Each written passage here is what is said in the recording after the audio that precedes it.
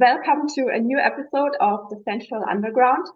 Today is a very special episode because I'm welcoming my very first interview guest, Noah Cebuliak, and it is also my first English episode, so pray for me.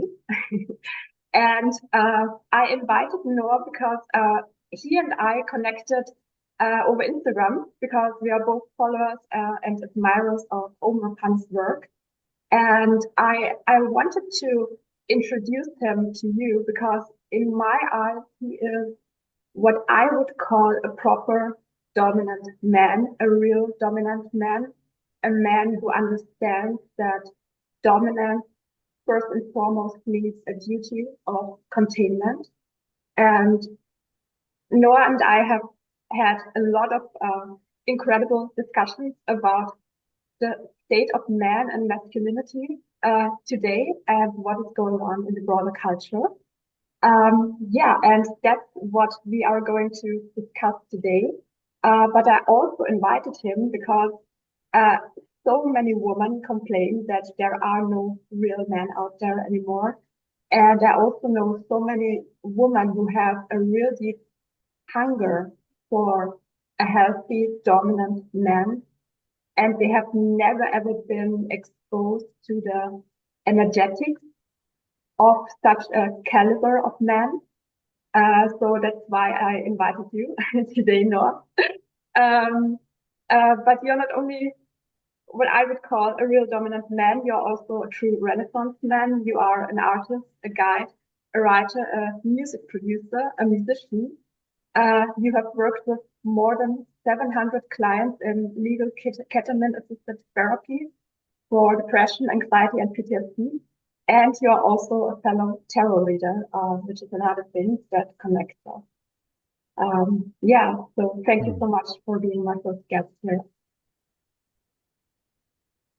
Thank you, Ildiko. What an honor. Thank you for having me on. It's great to be here today. Yeah, amazing. So let's dive into it. What is happening with men in today's confused world? Like, what the hell is going on? What are your thoughts on the modern man? Hmm. Yeah. Well, it's interesting because on one hand, there seems to be some kind of crisis going on.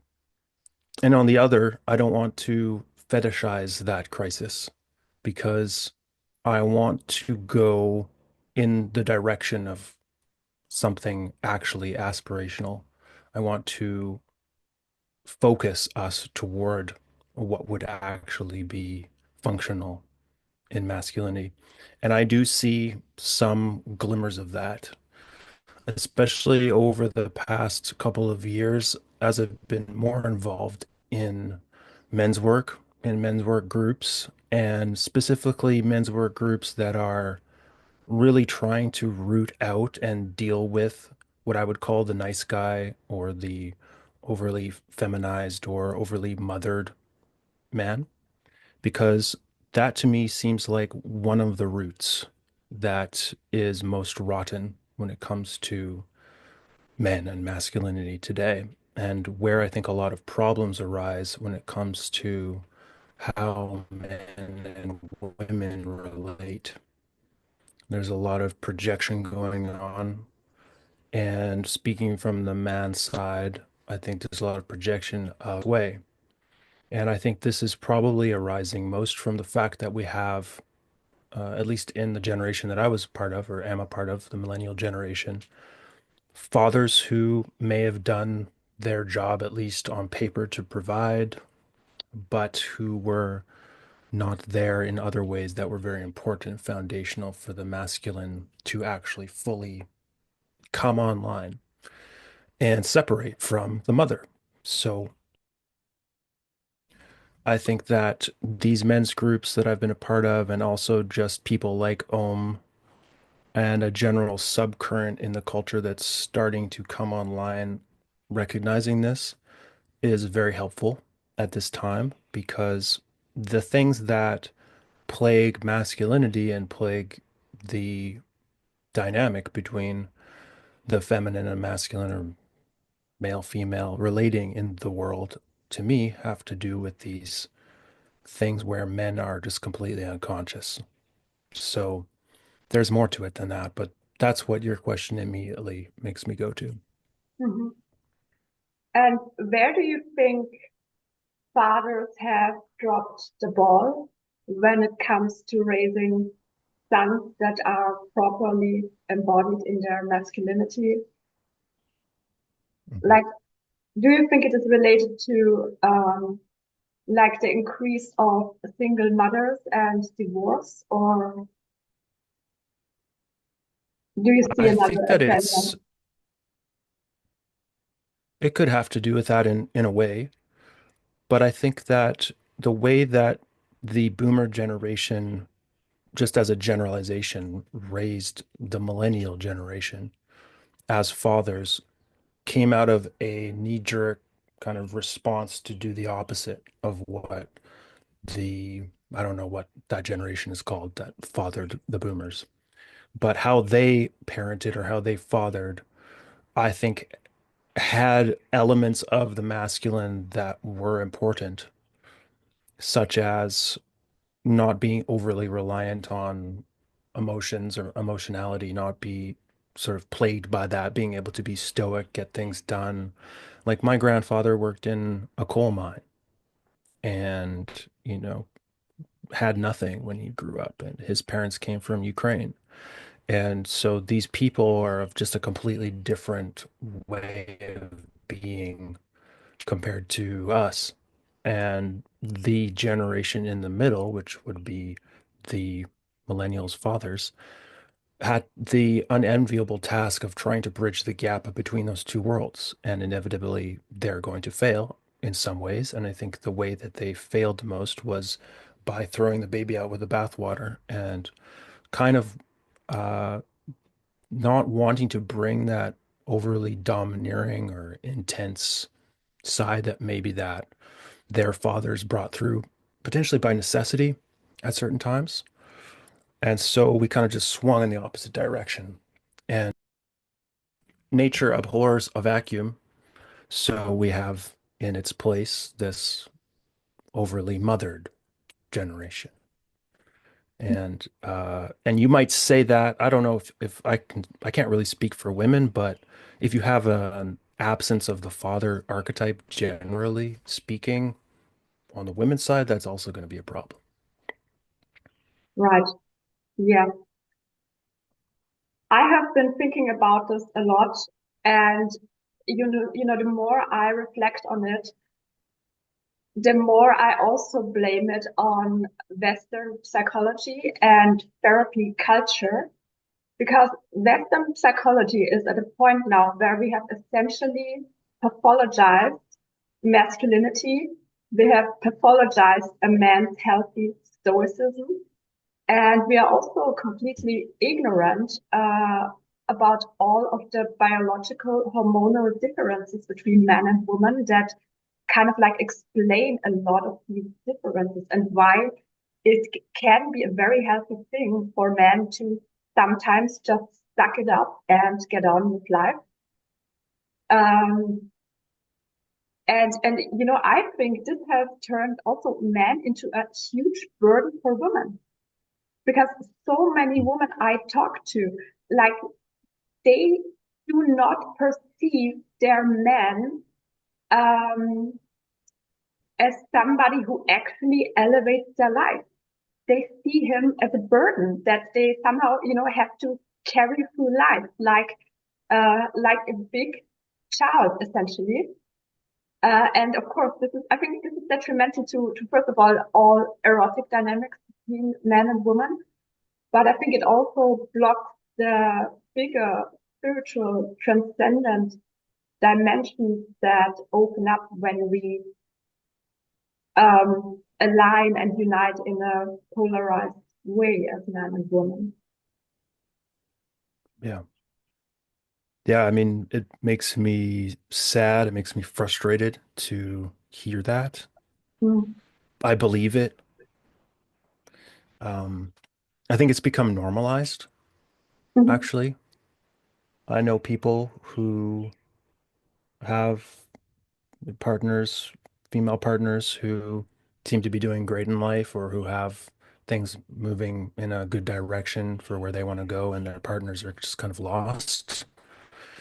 And if not lost in a directional point of view, at least overly sort of emotional and spilly over. Yeah. So, uh, yeah, I mean, it's what can I even say? It makes me sad. It makes me frustrated. It makes me want to wake these guys up in a way. And what you said about therapy culture, I think hits it on the nail because there's this book, I think I can't remember whether who it was, but it the title is We've Had 50 Years of Psychotherapy and the World's Getting Worse or something like that. Mm. And the gist of the book was in the title. It was Mhm. like we're all just talking about stuff, talking about how we feel, our emotions, et cetera, and it's not doing anything really for us. And as far as the male side of things, I think that there is a just crazy lack of nuance around the difference between your emotions and your ability to sense things and pay attention. So like your emotions come and go. They're kind of boring, to be honest. They may fluctuate on a day-to-day basis. Things may trigger them. They may or may not be from your past. It's like, okay, maybe there's some stuff there for people at a certain point. But to go beyond that is where the gold lies, which is really where you are just sensing and listening. And some may call that feeling. And to me, it's the job of our generation to be able to understand that maybe my grandfather's generation just got shit done, did not have emotions per se, but couldn't really sense or feel things at a deep level and pay attention like through the entire somatic body just to the entire moment as it's unfolding. And so my father's generation just kind of saw the negative side of that, but didn't know what to do about it.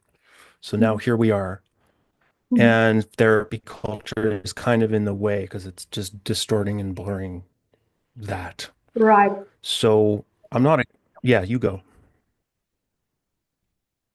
So personally, I am not 100% convinced if the lens through which we are seeing the past and masculinity in the past is actually correct. Because I Hmm. suspect that even our point of view that you and I have now, that our grandfathers were cut off from their emotions and they had to be so hard and it was like toxic in a way to them. I actually do not buy into this. And do you know why? Because I come from a generation of Hungarian horse people. And if you have ever been around any man who is great with horses, you know that he has impeccable ability to sense and feel with his body because this is the only way you can connect with the horse and offer safety Mhm. and what you and I call containment because horses are as starved for containment as women are. And you cannot Mhm. do this when you are cut off from your body, when you are not sensing your body. And here's the caveat, you also can't be this presence that a horse will want to be around if you are drowning in your emotions, because that will make you very scary to a horse. So you have to cultivate this Mhm. inner presence and stillness and groundedness and sensibility, but also your dominance so that the horse actually respects you and takes you seriously. And, you know, when I think about my forefathers, they have all had to cultivate this skill. And they were also, I'm pretty Mhm. convinced, badass and hard motherfuckers because they had to be. But I just don't buy this, to be honest, Mhm. because Mhm. just when you think about how our history as humans has been connected and tied to the history of the horse. Before we invented cars, we were dependent on horses. Like Hmm. you cannot be in the presence of a horse if your sensing body is turned off. It's not possible. So I'm not convinced of this theory, to be honest. Right. Um, and I sense that it is another projection that we have inherited from Western psychology or all of the ideological discourses that have replaced actual psychology. Hmm. Yeah, I could see it that way. I see what you're saying. Perhaps it's somewhere in the middle because if that is the masculine heritage that you have, I would say that is a very strong asset. Like that's a really good thing. I Mm, don't think all men of older generations necessarily had that. But there's a nuance that's coming to mind, which is older generations would often have that ability or that quality to listen and sense with the body.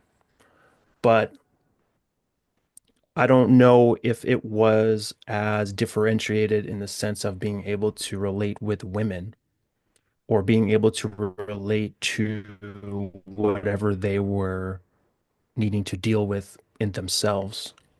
It's tough. It's really nuanced because on another level, it might be like, well, why do they need to feel into it anyways? Why can't they just be in life? Why do you need to make it into an emotional story? mm, Why can't you just, so, and on top of it, it's just me kind of projecting back.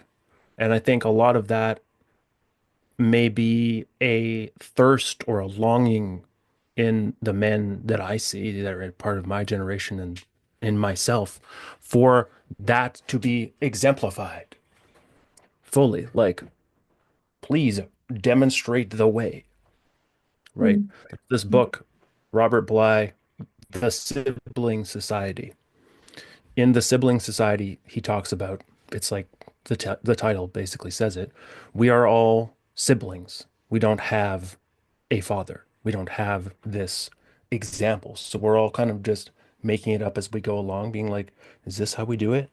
Right. And maybe some of us have gotten it a little bit better than others, but maybe not. So I think at the bottom line is this, both in men and women, this thirst for what you're talking about. mm. Yeah, I get it. Yeah, and I'm asking you because I would consider you an initiated man. What is a real man? What defines a man? What is the soul of a man? Hmm. Well, we can talk about qualities that a man might have that would differentiate him from other men. The soul of the man, I think, is somewhat different. Um, I think the soul of a man is pretty mysterious. I think that it is a force that drives, guides, enlivens him from within. It is him, but it's something greater than his personality, his ego, or his surface being. And the soul of a man can only be sensed similar to the quality that you were talking about around being with horses. It's that similar way of being. You can sense into somebody, and a soul of a man is like that. It's wordless. I think the qualities of a man that make a superior man, we've this has been talked about for a long time. I'm a fan of the I Ching. If you've ever used the I Ching, it talks about the superior man. That's where David Data got that title. And the I Ching is basically always teaching about what are the foundational tenets of such a man. And in all of the hexagrams, and if you use the I Ching for questions, if you use it for as a kind of mirror, it will teach you over time what those qualities are. Qualities like integrity, discipline, reverence, humility, benevolence, these kinds of strengths, this courage to not fall on either side, but to be above or to see from an objective, detached point of view, a very unemotional point of view. And from that place, you can extrapolate other qualities, consistency, dedication, devotion. The I Ching doesn't often talk about fun and play, although sometimes it does. Humor, sometimes it does. But these are also important qualities. And creativity comes to mind. But I think in the context of your question and really what I see missing is a kind of just relaxed, peaceful silence. The thing that I find most distressing and annoying about men that I meet, and that when I meet it in a man, I something inside of me switches the fuck on and is like, thank fucking God, is this kind of vivid presence. Like he's actually 100% here right now. There's no static because in most men's nervous systems and in their minds, it's just busy. And you can tell, even if they are paying attention to you on the surface, quote unquote, there is a kind of static that's just around them and a busyness and a speed. And that prevents these other qualities from coming online. You can have some of these other qualities around, maybe in bits, but really at the core of a man is a kind of vivid presence, just just like vivid 4K HD. Like you're fully there. You're lit up completely in his alive presence. And to me, that is the quality that men are lacking most and have the most work to do to, including myself, to always keep as the central pillar, this this listening alive presence. So for your grandfathers, it sounds like they had that because you need that to be able to be around however many thousands of pounds horses are. This force, this power, you need that. They feel it instantly. It's it's a beautiful thing. Yeah, and you know what? Also, what I find kind of hilarious and funny at the same time is that horses and women are kind of like the testing ground or the barometer for how deep a man's presence actually is. Mhm. And this is also I guess, the point of breakdown between man and woman now, because men, I mean, women as well, but men have lost this sense of depth that comes from being rooted in the body.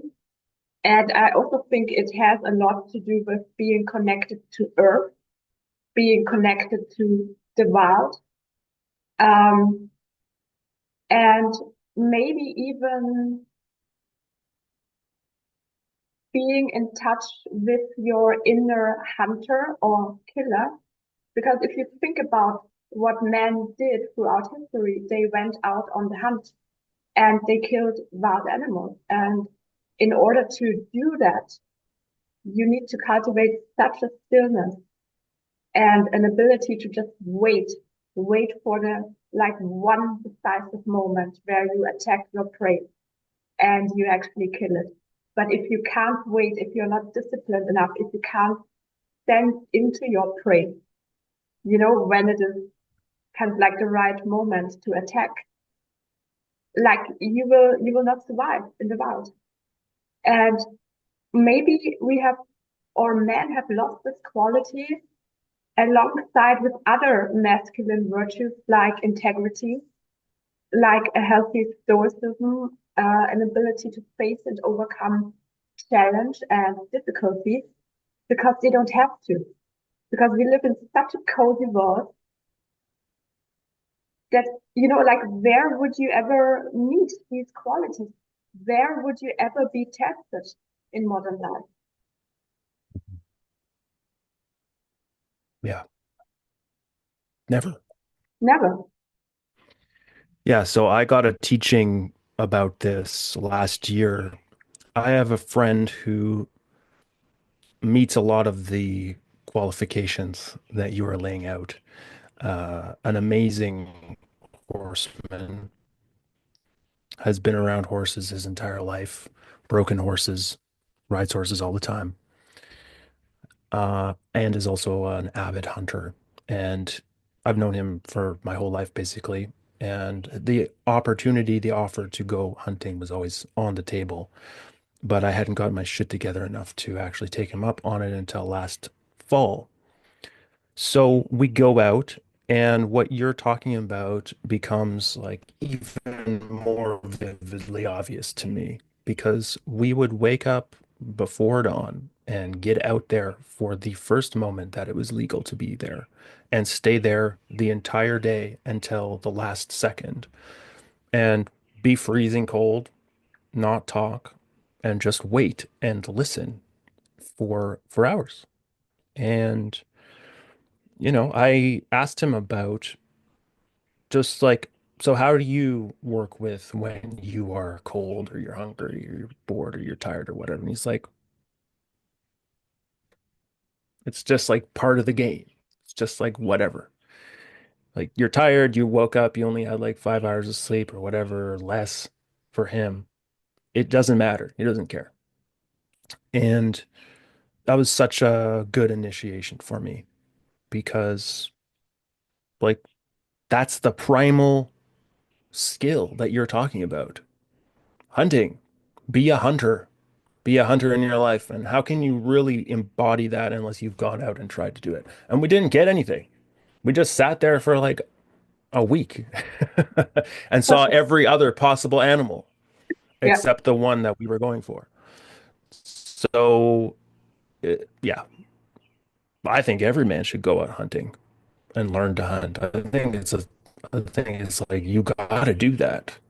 And I think that if you're scared or you think that you won't like it, that's great. Maybe you shouldn't like it, you Yeah, know? but what would you say? Because I find this terrible because there are so many men these days who are like, oh no, I'm not like a toxic, cruel, masculine man. Like, why would I kill an animal? I'm a vegan. I don't do that. I believe in non-violence. I'm a pacifist. I'm a yogi. I'm a spiritual guy. I do not do that.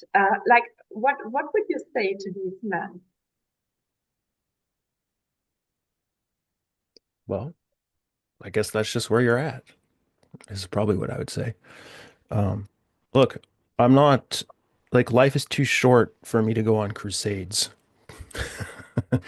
But if there were like, and this part of my life is not working and I'm fucked up in this other way, then I'd be like, okay, maybe I have an in. And the quality of being able to switch on the killer is really important. It's like you got to know that you have that in you and you have to be intimately familiar with it and even proud of it and happy about it and like kind of stoked. Like that's one of the things that's so awesome about being a man is when you connect to that and you just like, cool, I like that I have that. I like that power. I like being connected to that. I like that I am aware and conscious of it and know how to use it. And I like that if I needed to, I could bring it online instantly and even die as a result or through using it. And in the right context, that would be okay. If you have that, then there's a lot of other things you can do in life. You have a ground, you have a self-trust, you have a self-respect, you have a courage. I met this guy once, ironically, at a Vipassana retreat, the only one that I ever did. And his name was Vishnu. of And course. he was the most badass motherfucker I'd ever seen in my life. And I didn't even talk to him for 9 days because you can't talk, but I would just watch him. And he was from, I think he was from India. And he's probably in his like 50s at that point. And so eventually on the last day we get to talk. And so I'm like, "Yo, man, what's up with you?" And he was a martial artist, a really accomplished martial artist. I think he had black belts in a couple of different disciplines. And he just was one of those people who you just get talking and they talk to you and then they figure out that you're actually paying attention. They drop little nuggets. And one of the nuggets that he left me with was you have to understand and know intimately the point of no return and be able to understand exactly where that line is in any situation. Really, he was talking about situations where you're being threatened, but it could have to do with hunting as well. And it's this kind of moment where you're like, it's fucking happening. And you cannot return after you cross that line. And that is a place that you need to know that you have access to and intimately have sat with and been like, what would that feel like in my body? I'm not even a martial artist, right? I don't find myself in violent situations, but it's kind of like just a moment where you're like, oh yeah, there it is. And what would I do? How would it feel to kill an animal, to kill a person, to kill a man? Okay, I think, yeah, Mhm. I can do that. Like, and just have it be a calm, quiet reality in your body. Like, cool. So that's there. And honestly, like there are of all the things that I think that women really need to feel from a man, it's that. Mhm. Like that he is a dangerous man. He will kill someone if someone is trying to hurt. He's fucking activating and like it's over. Like you need to feel that in order to Yeah. have the pussy get wet. I just wanted to say that I think this is the actual prerequisite for a woman's turn on and for her attraction. Yeah. And if a man can show that early on, like she is going to be seduced instantly, Mhm. instantly. And she's going to fall Yeah. prey to him. You know, he just takes her over. Mhm. But what So, I see is that, first of all, men are afraid or don't know how to access that killer skillfully in the presence of women. And I think in relationship to women is actually the most challenging field for men because I think most men are better to bring out their killer when they go into martial arts or maybe even go on a hunt. But when they are with women, I think it's because of the mhm. weird ideological influences we are under right now. I think it's probably the most difficult field. And then we also have this taboo around feminine submission, so that even a lot of women are not going to admit to Mhm. themselves or to a man that they actually enjoy being ravished in this brute way. Yeah, totally. And it's not even a ravishment that necessarily needs to involve any physicality. Mhm. It is an energetic ravishment. It can involve physicality. That's awesome. But it's like a stance, a way, a listening from within, from deep within, from the fucking balls and beneath that. And that is directly contrasted by how you kind of open the conversation or this this emotionality, this weakness, this sort of like I don't know, like neither here nor there, this overly mothered archetype. So a part of me when you began the conversation talking about like where is masculinity today, etc., a part of me laments, obviously. And another part is like like, what are you supposed to do if you're a guy and you haven't even seen any of these dynamics? You just know that shit is not working. You can't access that inner place. You can't, you know that you maybe it's there, but you don't have an actually embodied connection with it. You're just lost at sea. Most guys are just lost at sea. My heart goes out to them. That's why I love being a part of a men's group because it's like, come, like let's be in this together. Let us not rely on the feminine and mommy to try and like placate us. Let's actually just be in the company of men. Some men will have been initiated in this a little bit more than others. We can explore it because in a way it's a masculine mystery. You know, you talk about feminine mysteries and stuff like that. It's like men's business. It's part of men's business to understand killing and to understand the killer. And that extends to how we relate to women and to everyone. We should all have access to that. So, yeah. Yeah, damn. Yeah, I feel that. I feel that very deeply. It's also so kinky that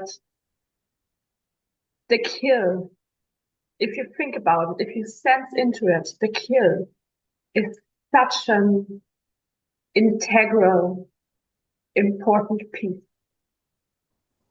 of the Mhm. masculine becoming. Yeah, It is so central. absolutely. And like, if you haven't had that experience of killing something, uh, never thought I'd say this, but I hope you do soon. If you get the subtlety, if you get the nuance. I remember when I was a kid, I used to go and stay. My parents had this friend who had a big ranch, and I would go down there and stay there for periods of time. And for whatever reason, there was a ranch hand working there when I was like, I don't know, 8, 7. And he's like, I'm gonna come and get you and we're gonna go hunting. And I was like, okay. And I'm like a kid. I'm like, whatever, let's go hunting, like in the night. He comes in the night, wakes me up, but not the kid who I was staying with, who was ostensibly my friend. I don't know why. Just takes me. And we go out. The moon's out. It's like midnight. He's got a gun. And we go out and we find a raccoon and we kill it. I think, and I had the gun and I killed the raccoon. And it was like this, like centuries old, like thing operating through him of like, it might not have, it was probably not even conscious at all. It was just like, this needs to happen now. Like this, it's like a force. It's a centuries, millennia, thousands of millennia old thing that came through him, I think, at that time. And was like, this is happening now, you know? I So, would, I would imagine, or I have experienced this because I have been in the presence of animals being slaughtered in front of me as a child. And I think it has a lot of similarities actually to birth because it is terrifying. It is mm, heartbreaking, even traumatizing, and it connects you to the circle of life in the most profound way. And it also brings you to your knees as a human being because you realize that this other being just gave its life so that I can keep on living and nourish myself. And it makes you so humble.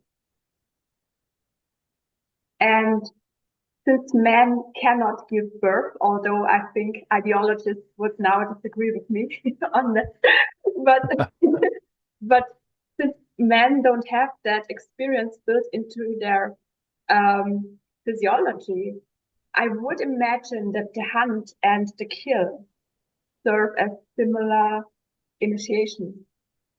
mm. Yeah, that's really cool. I've never thought of it like that, Yeah, but I me totally neither, but agree. it makes a lot of sense, I think. Yep, I totally agree. Hmm. Talk to me about the soul of man. Mm. Yeah, so I don't know how strong the ground is that I stand upon when talking about this, apart from my own very vivid experience and also reading people like Jung and his experience in the Red Book. I feel that the soul of a man is a woman, is feminine in some way. It's a mystery. I don't have the boundaries all mapped out around it, but I feel that from a phenomenological point of view and a functional point of view, which is why I'm interested in this shit anyways, is like what works better? What works better? What kind of feeling or idea works better?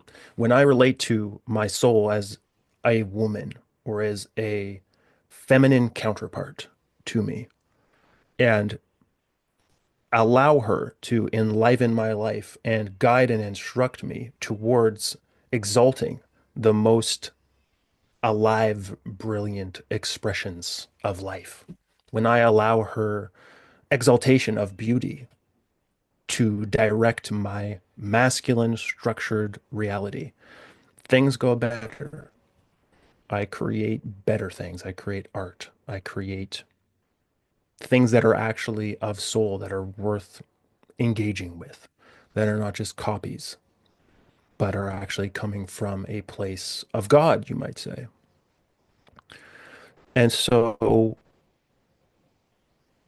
my theory about how men enslave women and women enslave men too, but I'm just concerned with how men enslave women, is that because men are so disconnected from their own soul, they project their souls onto women everywhere.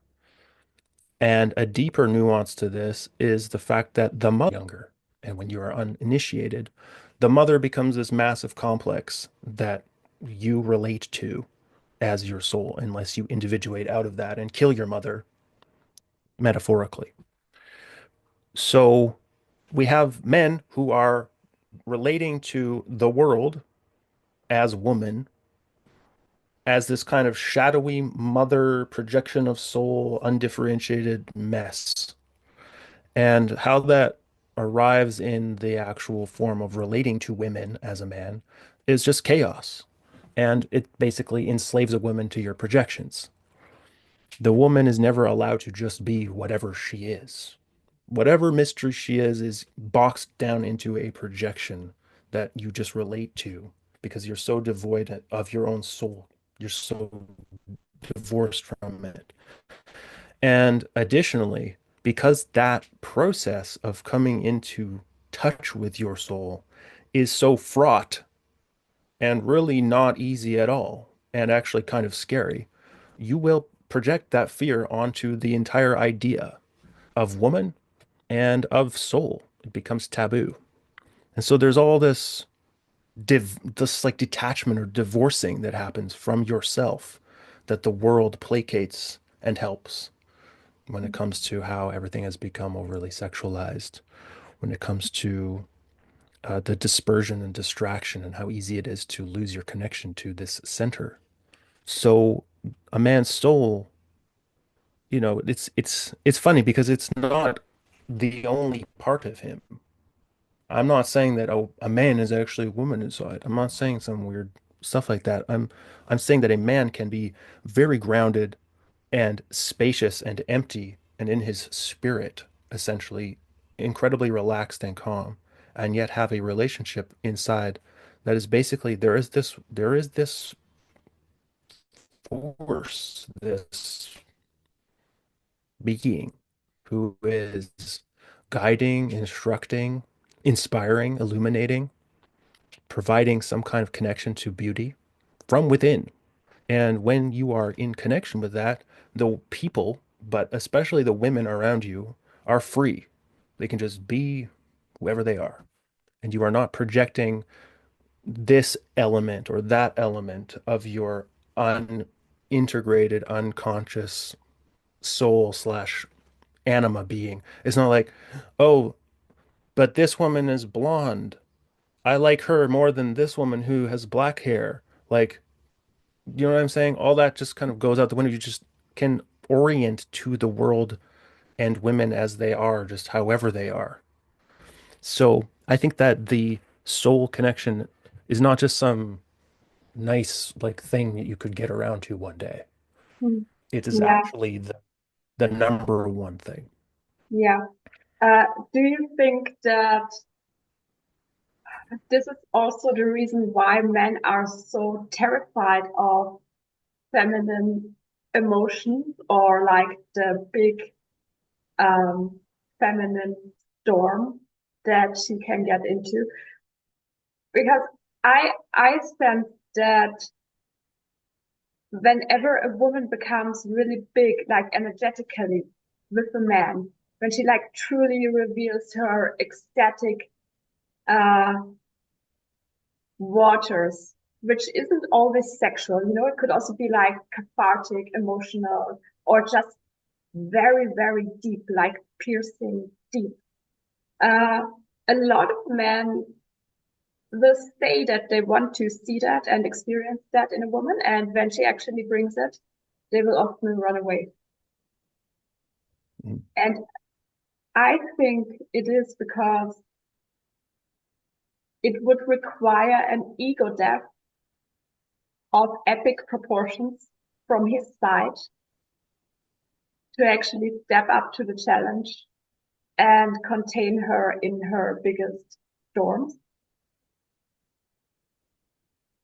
Mm. And I also think that this is like even a more challenging initiation for a man than killing an animal. I truly believe that this is like the, you know, the thing that most men are so afraid of, uh, that they will just run. And for the woman, it is a devastating experience because once you have opened up yourself to such a degree to a man, and then he drops you, he withdraws his presence, steps out of the container. It's it's like the most devastating experience I think a woman can have, and it's so disappointing as well. Mm. Yeah, I think that is a really key insight. I think that you said that really well. An ego death. Uh, yeah, because it is an ego death because men are often just so in this linear box of their surface personality that they do not have a contact or connection with this inner feminine, including her chaos. And so how does that play out typically in men today? There is, like you've talked about, this over emotionality, this vulnerability, that there's just this chaos inside. I can't get a hold of it, but I'm being encouraged to be in it. So basically, but that's not that's relating to like this very surface level or specific part that's not in this place that we need to be to actually contain it. It's like to actually be with the soul, to relate to it, and thus to women in the way that you're talking about requires maybe you said ego depth or ego death. It's kind of like Yeah, both, like dying. Yeah, you yeah, know, it's true. It's both. Yeah, absolutely. It like also an has. ego strength, Mhm. kind of like in psychedelics, where you get to points where you're like, ah, this is where I would go insane if I was going to go insane. If I was going to go insane, it would be now, but I'm not going to go insane. I'm going to just stay here with this. And shit is flying off the handle, things are going crazy, everything is melting. You're like, okay, like it's like that. It's and yeah, I mean it's actually beautiful when you can hold that, when you can hold that energy inside of you, inside of a psychedelic experience, in a relationship, and it's gonna need to happen because we're going there in the world. The world is about to get fucking crazy. It's already crazy. And people talk about, well, what are we gonna do? And there's a lot of worry and there's a lot of fear. And it's like, well, are you working on this as men? Are you working on this quality? where you can just be, all right, here we are. Mhm. It's happening. Yep. So Yep. I'm really glad that you brought that up Yeah. because, And that's yeah, the essence of masculinity, isn't it? I think it is. That's also the essence of healthy dominance, I would say. yeah. And the only way to learn it is to just throw yourself in and fuck up. Yeah. And honestly, it sucks for the women when you fuck up, like you said. It really, really sucks. And yet I don't know a different way. Maybe there is a different way. I'm just ignorant. But Mhm. at this point in the timeline, you just got to try. You just got to be like, okay, something is happening. There's some chaos in me and my woman in the world, et cetera, et cetera. What am I going to do? Am I going to collapse? Am I going to flee? Am I going to get emotional? No, I'm just going to continue coming back over and over again to this place of watching. And when you said ego death, I think that's key because it's like I can relate it strongly to a psychedelic experience because you do have to surrender. Mhm. But but that word is very nuanced. You're not surrendering and just like collapsing, being like, Mhm. you are surrendering and like Data talks about just opening. I love his. Have you read Wild Nights by chance? No, I haven't. I haven't. Okay, you got to read. We got to read Wild Nights. It's my Okay. favorite Data book. All the other ones are whatever. Wild Nights, he fucking nails it. He talks about, or he uses a character to talk about this like being as wide as the room or wider than the room, being fucking massive, being more massive in your masculine consciousness than the fucking planet. So massive. And her little thing or anything is just happening and it's like this tiny little spark thing. You're so huge and surrendered from your little masculine normal ego. And it's people like that in that way who've blazed a trail. It's just you got to know what they're talking about and practice it over and over and over again. And you can practice it even if you have no woman in your life at all. You practice it when a little doubt comes up about yourself or about the world or about something you're doing. Like, oh yeah, doubt. Right, right. Like, you know? So anyways, Yeah. Such a good advice. Uh, yeah, incredible. Thank you for sharing all of your insights. I'm so grateful to have had you as a guest. Uh, if people would like to find out more about you or maybe even work with you, how can they find you? yeah, it's been a pleasure. Thank you very much for having me on, Ildiko. It's always great to talk to you. I find that yeah, it just flows. We get into things. Yeah. So yeah, people can find me at my website, which is roadopener.net, roadopener.net. And yep, I work with folks. I work with primarily men, as you might have guessed. Some women, but mostly men.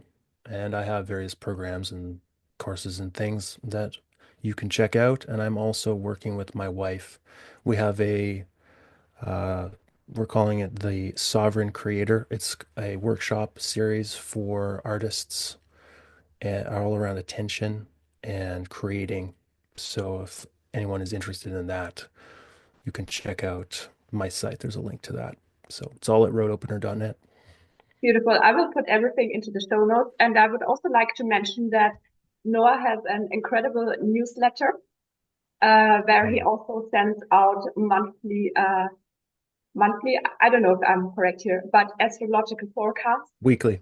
and weekly letters, which are beautiful to read and they're full of depth and wisdom. So if you're interested in that, sign up to his newsletter. I highly recommend it. And yeah, thank you so much for being here. Thank you so much for being my guest. Thank you.